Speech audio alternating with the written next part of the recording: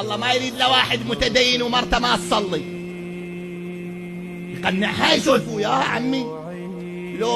لو هو يصلي واولاده ما يدري بيهم وين قاعدين وين رايحين شي يسووا. الله يقول لك اشتغل يا ايها الذين امنوا قوا انفسكم واهليكم. كأنت قاعد وحدك. شنو يعني هذا السؤال؟ ما لي دخل انا. ما لك دخل؟ شنو ما لك دخل؟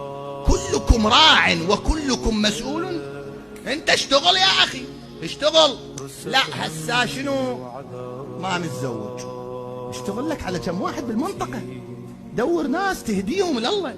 يا أبا ذر لئن يهدي الله بك رجلا واحدا خير لك مما طلعت عليه الشمس. الآن أنت جاي للمجلس، لا تجيني وحدك يا أخي، لا تجيني وحدك للمجلس.